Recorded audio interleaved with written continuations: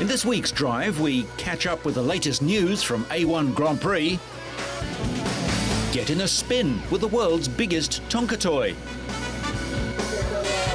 find out what the world's top riders have to do for publicity, and hope the driver remains seated throughout the performance. All this and more in this week's Drive.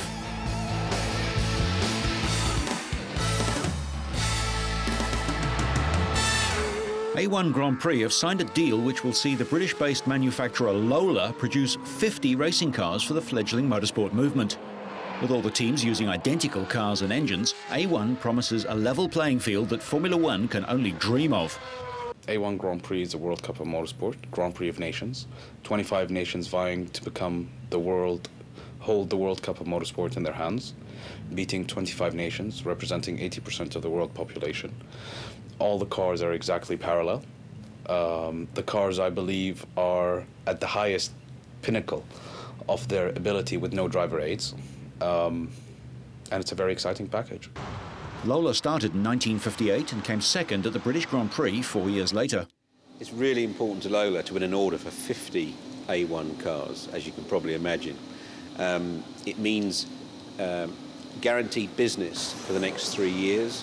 A customer, we're not dealing direct with the customers, we're dealing direct with the organisation who have committed to Lola for these cars. It's really important.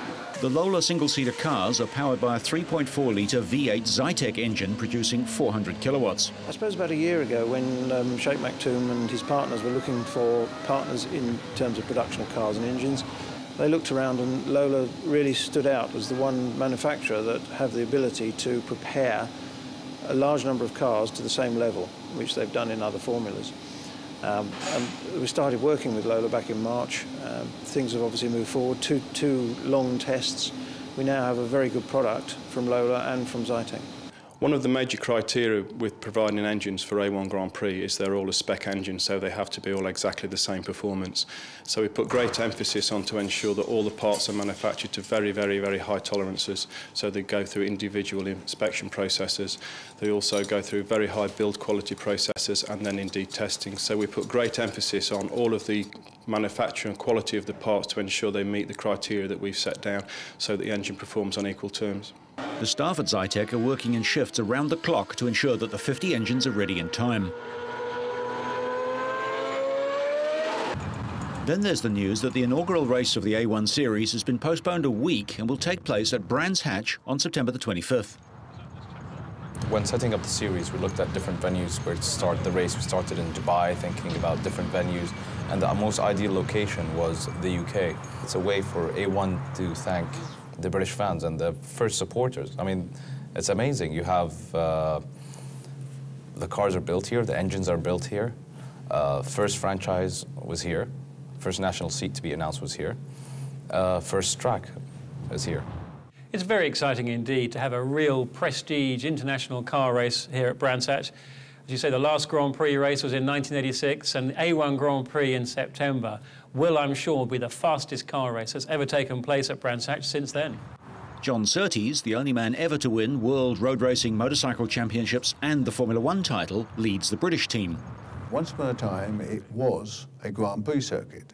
Not anymore, but it has a wonderful ability to bring people into the event because of its natural grandstands. Also, it's in a part of the country, only an hour's ride from London, where motorsport has had a tremendous following, both 2 and 4 wheels. And I think it deserves an event of this sort. And with a little luck, the event will grow, bearing in mind that this will be the first event for the A1 series. We have 13 countries signed up, and we're negotiating with 19 different entities. So we will have a full grid come September. The series pits nations against each other. Drivers, sponsors and the entire crew must come from within each country. And drivers can be substituted. A1 Grand Prix has got a lot of ingredients that should make it very good indeed. We've got identical cars, so the racing should be very close from a technical point of view, but also having these different countries competing and having the spectators and fans being able to associate with a country has been a proven concept. It's worked in football, it works in the Olympics. It hasn't had any exposure in motor racing yet, and A1 Grand Prix does provide that. But from our point of view as a Circuit 2 at Brands Hatch, we want to make sure that backing up the racing that goes on the track, we've got a terrific support program. We're going to have some super other races, lots of off-track entertainment. I really want to try and make sure that A1 Grand Prix is as big an event as the British Grand Prix in terms of action and entertainment back in 1986.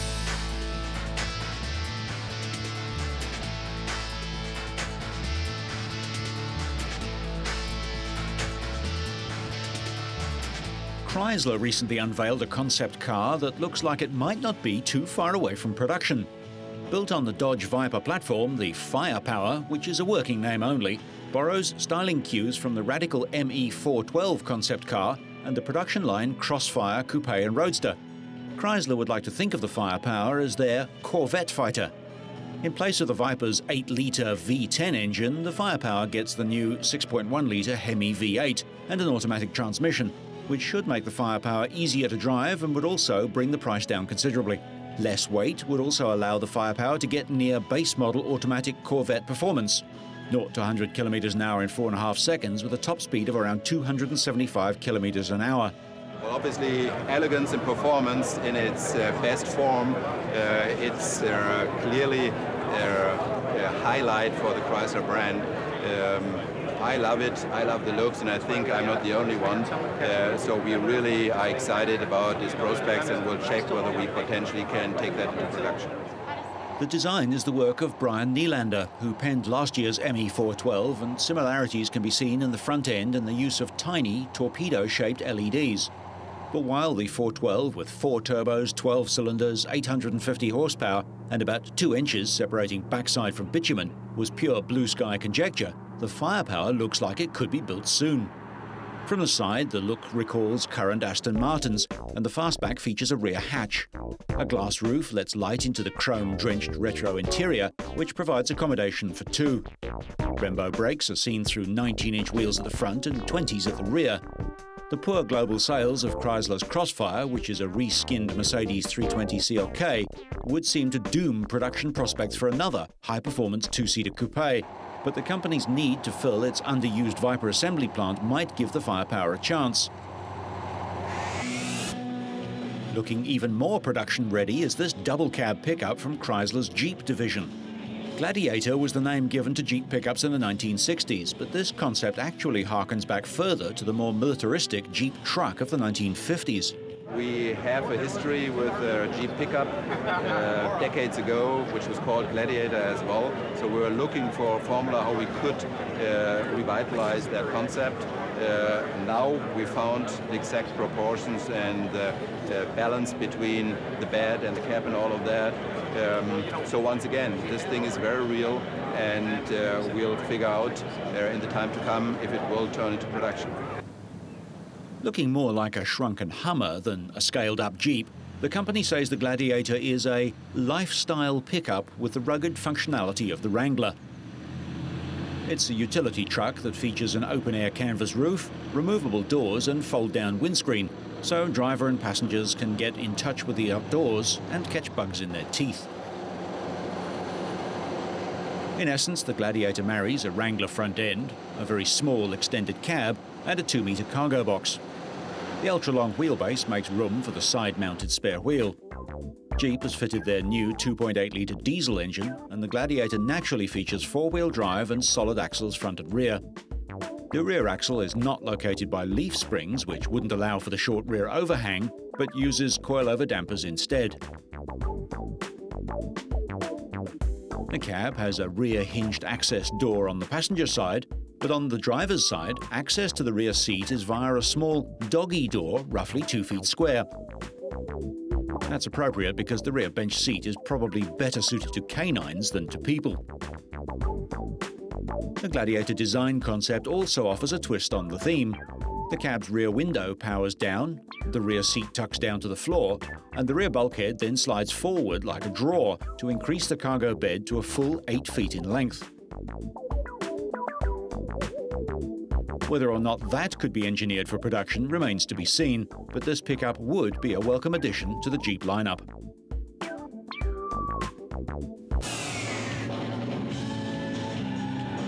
However, the most exciting vehicle from the Chrysler Group was this decidedly unproduction-ready design exercise, the Jeep Hurricane, a highly conceptual dune buggy-like off-roader.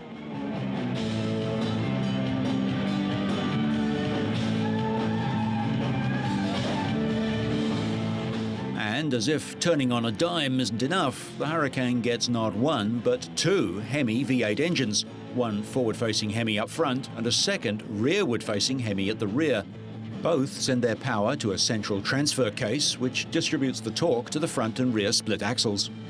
Why such an extreme is because this fulfills the third of our special, unique, secret concepts. You could say exactly the same about the Tomahawk, you could say the same about the ME412. Our job here was to come up with something outrageous, to come up with something, though, that was totally functional, and something that gives somebody something to talk about and so on, and I think we've done that. Chrysler says that the Hurricane is the most manoeuvrable, most capable and most powerful 4x4 ever built, demonstrating their creative and mechanical expertise. The vehicle has 360 millimeters of ground clearance and incredible approach and departure angles of 64 and 86 degrees respectively. These are nearly vertical angles. Combined with meter-tall tyres, there isn't much the Hurricane can't climb. The vehicle features a turn radius of 0, so it can turn in its own length, thanks to skid steer capability and toe steer, the ability to turn both front and rear tyres inwards. In addition, the king of the Jeeps features two modes of automated four-wheel steering. The first sees the rear wheels turning in the opposite direction to the front to reduce the turning circle, and the second mode is an innovation targeted at off-road drivers. The vehicle can turn all four wheels in the same direction, crab style. This allows the vehicle to move sideways without changing the direction the vehicle is pointing. Can you have responsible excess? Jeep equipped both Hemi engines with a multi-displacement system. Depending on the driver's needs, the Hurricane can be powered by 4, 8, 12 or 16 cylinders. So what some might think of as an environmental terrorist becomes an environmental sweetheart. With two engines, the Hurricane can blast from 0 to 100 kilometers an hour in less than 5 seconds. The one-piece body is made of carbon fibre and the suspension and powertrain mount to it. An aluminium spine runs the length of the body as a skid plate. Will we see it on sale soon? Don't hold your breath.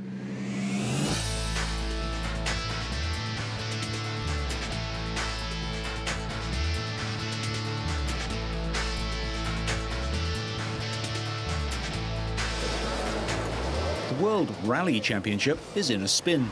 It was all fun and games at the recent Bologna Motor Show for some of the sport's better-known teams, but this doesn't hide the trouble the championship now faces. 2004 champion manufacturer Citroën, world champion Sébastien Loeb's team, and rivals Peugeot have both revealed that they plan to pull out of the competition after the 2005 season. Despite this, former world champions Colin McRae and Peugeot's Marcus Gronholm are both upbeat about the bad news for rally's leading competition. I think it's it's a shame to lose any manufacturer, and especially two manufacturers as big as Peugeot and Citroën. They were the world champion this year, and it's a shame to lose them. But everybody has their plan and they have their reasons for pulling out. But I'm sure it's sad to lose them. But the championship is still strong. There's going to be new manufacturers coming in, so a change is sometimes a good thing for the sport. I really hope that they will find something that the teams really can stay there, and the money what they have to use, it's not increasing all the time, and so I hope there is coming new teams and it will be stability for the rules and things like that. Former world champion McRae got back behind the wheel of Subaru Impreza on the Bologna track, but finished third behind Gronholm and winner Andrea Navarra. After this event, McRae headed for the Dakar Rally, where he was a front-runner until he cartwheeled his works Nissan out of contention. MotoGP world champion Valentino Rossi had a down-on-power car during his drive against McRae. Valentino, for me, in motorcycling is one of the best, ever. To do what he's done is something very, very special. And he's also quite good in the rally car as well, which is a big worry. I think the people love him, and okay, he is not in the best car here, so he cannot really, I think, win and fight for win, but think he's really enjoying it. And he was driving well for me. Rallying has always been my passion. I prefer the rally car, but I have been lucky enough to try Formula One, and I like that too. Still, the 5 times world motorcycle champion, who's tried his hand in a rally before, enjoyed himself, even if he didn't qualify for the final runoff.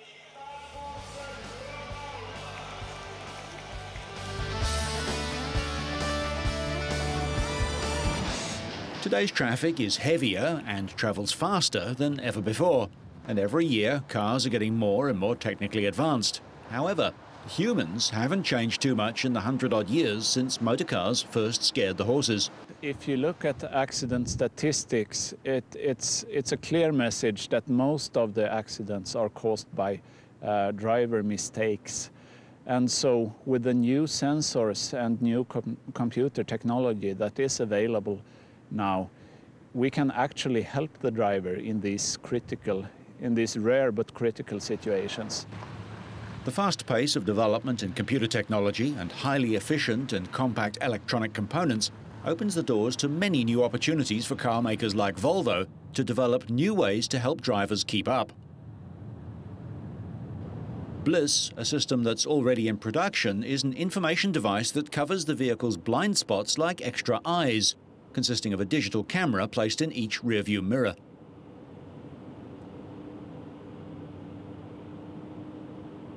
A red light inside indicates there's a vehicle in the blind spot.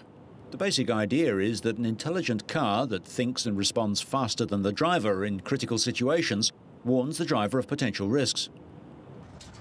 A number of systems exist already, integrated or planned for forthcoming models, for safety concerning the car, the driver and the traffic situation.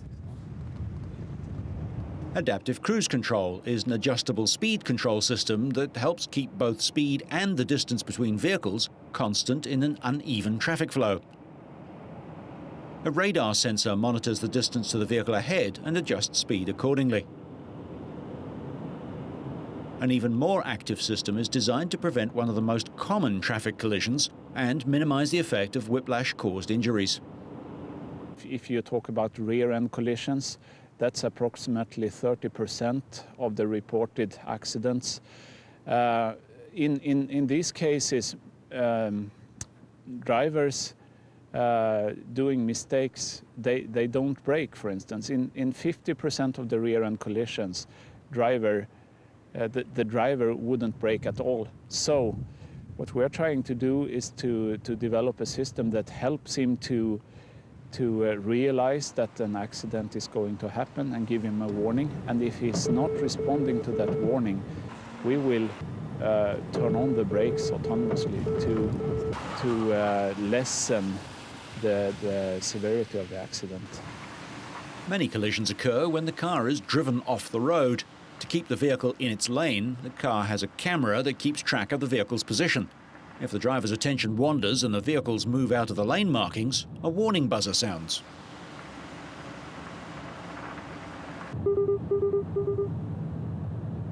If the driver doesn't respond to the buzzer, the system reacts, helping to steer the car back into its lane. But the aim is to alert the driver to keep the vehicle there himself. Using both camera and radar, an additional function monitors oncoming traffic. If the driver crosses the centerline markers and doesn't respond to the buzzer, the system reacts by applying additional steering effort to get the car back into the intended lane. So, a car which almost thinks for itself, but isn't there a risk that the car could take over and make the wrong decisions? Of course, there are risks with that, but we are striving not to make the driver rely on the systems. The systems should warn only in very critical situations so that the driver will not get used to respond to the warning, and it will be a rare incident that he has a warning, and only in very, very severe cases.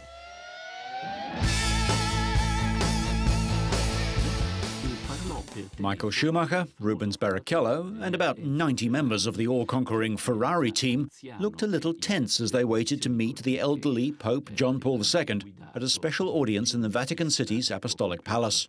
Ferrari chairman Luca de Montezemolo introduced the drivers and team members before the Pope congratulated the team on their victories in the World Championship.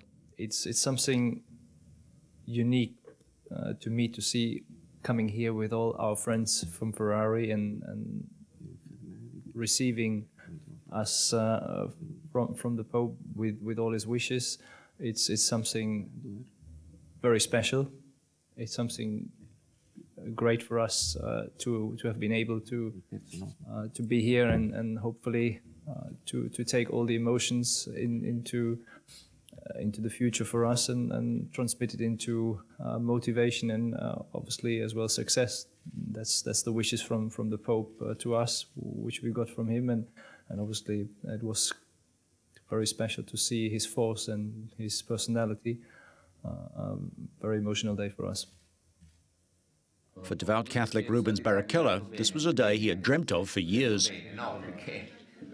It was truly an honour. Once, in Brazil, watching TV, my dream was to come to the Vatican, to Rome. I've already been here as a tourist, but today Ferrari has given me the opportunity to get so close, to kiss the hand of the Holy Father. I even had a picture of my little one with my wife that I showed him. The Ferrari team also presented the 84-year-old pontiff with a model of their winning car. When the drivers left the Vatican, they were besieged by a crowd of fans attempting to take their pictures using mobile phones. Police made a tight cordon around them and escorted them to their cars. Schumacher, though, looked less than comfortable to be in the back seat, holding a briefcase on his lap. Although for this driver, it seems racing red isn't always the fastest.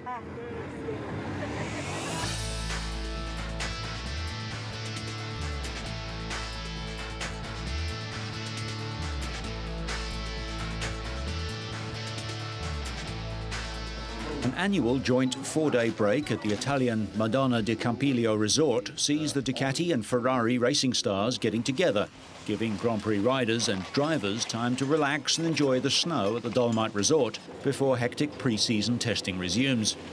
Ducati have signed Spaniard Carlos Checa to replace Australian former World Superbike champion Troy Bayliss beside Loris Capirossi. Capirossi, in his third year with the Italian outfit, made easy work of the slopes, although Checa, newly arrived from the Yamaha team, found the snow slightly more difficult to handle. Immediately right on the pace with the Desmo Sedici, Carlos has a good rapport with the new team as they develop the new GP5 machine. I know that I will be much stronger than last year with other manufacturers, no? Because so far, first test I did already I was more effective than before. And with all this time and all the things, all the plans we have from now to the beginning of the season, I don't know if it will be enough, but of course, I hope we can be in front, maybe from the beginning, maybe later, but we will be in front sooner or later. After a race on unusual moped ski-doos at the ice rink in Campiglio, Loris said he was as motivated as ever to win in 2005, despite finishing a disappointing 7th last year with just 117 points, 187 behind champion Valentino Rossi. The team have a specialist tyre test team, and both riders are already seeing beneficial results. The first of the season's 17 MotoGPs will be the Grand Prix of Spain in Jerez on April the 10th. Ducati have invested much in 2005 and will be expecting to challenge Rossi from the start. So whether you're swapping ends to change direction, not changing as much as you'd like, or finding your Ferrari underpowered so you stay on track and up to speed, make sure you catch next week's Drive.